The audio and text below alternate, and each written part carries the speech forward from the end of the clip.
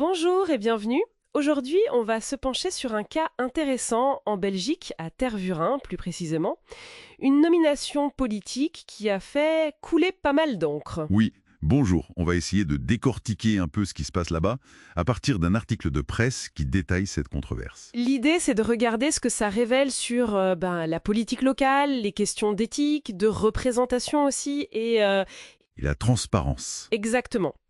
Tout commence avec Bram Bartholomès. C'est le directeur d'une école assez connue, le KT, et il vient d'être nommé échevin. Oui, échevin rémunéré, en charge du marketing et des événements. C'est un peu l'équivalent d'un adjoint au maire en France. Et c'est cette double casquette, directeur d'école et échevin, qui a immédiatement posé question, c'est ça. C'est ça, oui.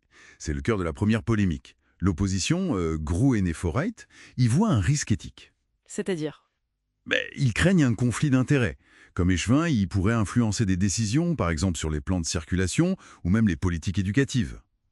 Qui pourrait favoriser son école par rapport aux écoles communales. Voilà, exactement. Au détriment des concurrents directs, quoi. D'accord. Mais est-ce que la loi l'interdit, ce cumul? Eh ben non, justement. Et c'est un peu tout le problème. Il y a bien une règle en Flandre de 2006 Oui. qui dit que les directeurs d'école doivent prendre un congé politique s'ils deviennent échevins. Mais, attention, Il y a un mais. oui, uniquement dans les villes de plus de 80 000 habitants. Et Tervuren est en dessous de ce seuil. Ah, d'accord. Donc techniquement, il a le droit. C'est la loi. C'est un peu le dialogue de sourds. Et les maires, Thomas Gachins, comment a-t-il réagi? L'article dit qu'il n'a pas mâché ses mots. Non, effectivement, il a accusé l'opposition d'hypocrisie.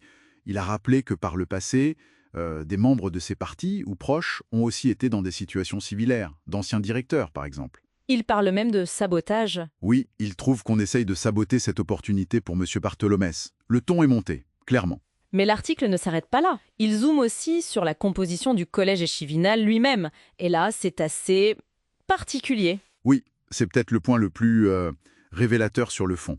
On trouve pas mal de liens familiaux. Comme qui, par exemple? Alors, il y a Christina Heisken, qui est la fille d'un ancien Premier ministre belge.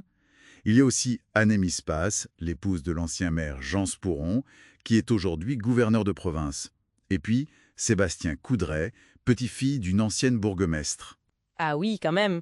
Ça fait beaucoup de fils de, femmes de, petits-fils de. Tout à fait. Et ça pose la question de la représentativité, forcément. Est-ce que le pouvoir n'est pas un peu confisqué par quelques familles ou réseaux?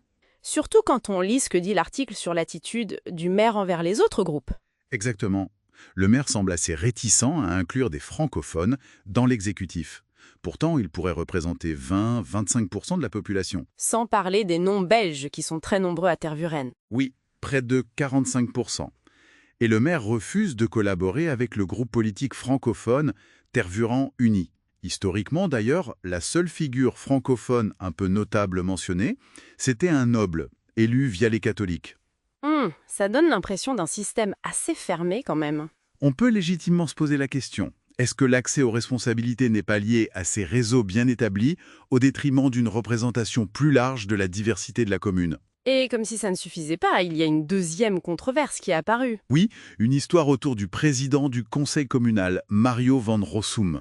Il est du CDNV, dans la majorité Woertervuren.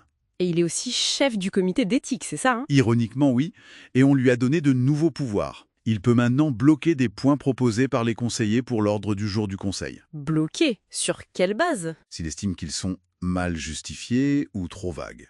C'est assez subjectif, quand même. L'opposition a réagi comment? Ils ont été très critiques. Elmo Peters, de Groen Plus, a comparé ça au pouce levé ou baissé d'un empereur romain. C'est dire. Ça donne une image assez autoritaire, effectivement. Monsieur Van Rossum, lui, se défend. Il dit qu'il y aura une consultation avant de rejeter quoi que ce soit. Mais bon. Il faut aussi noter ses propres liens, non? Oui, il est un conseiller de l'ex-maire Spouren, l'actuel gouverneur, et il a une longue carrière politique locale. Donc cette nouvelle règle, dans ce contexte, Ça peut être perçu comment? comme un moyen de contrôler l'agenda, de réduire la transparence, voire d'étouffer des débats qui dérangent, surtout quand on met ça en parallèle avec les questions de représentation et de réseau qu'on a évoquées juste avant. D'accord. Donc, pour résumer un peu tout ça, on a une nomination qui pose question sur le plan éthique, même si elle est légale. Oui, On a un exécutif communal où les liens familiaux sont très présents, ce qui interroge sur la représentation de tous les habitants. Oui, surtout les francophones, les non-belges ou simplement ceux qui n'ont pas de connexion. Et enfin, des nouvelles règles pour le conseil communal qui pourraient potentiellement limiter le débat et la transparence. C'est bien ça? C'est une excellente synthèse des tensions actuelles à Tervuren, oui. Ça donne à réfléchir. Absolument. Et ça nous amène peut-être à une réflexion un peu plus large, vous voyez.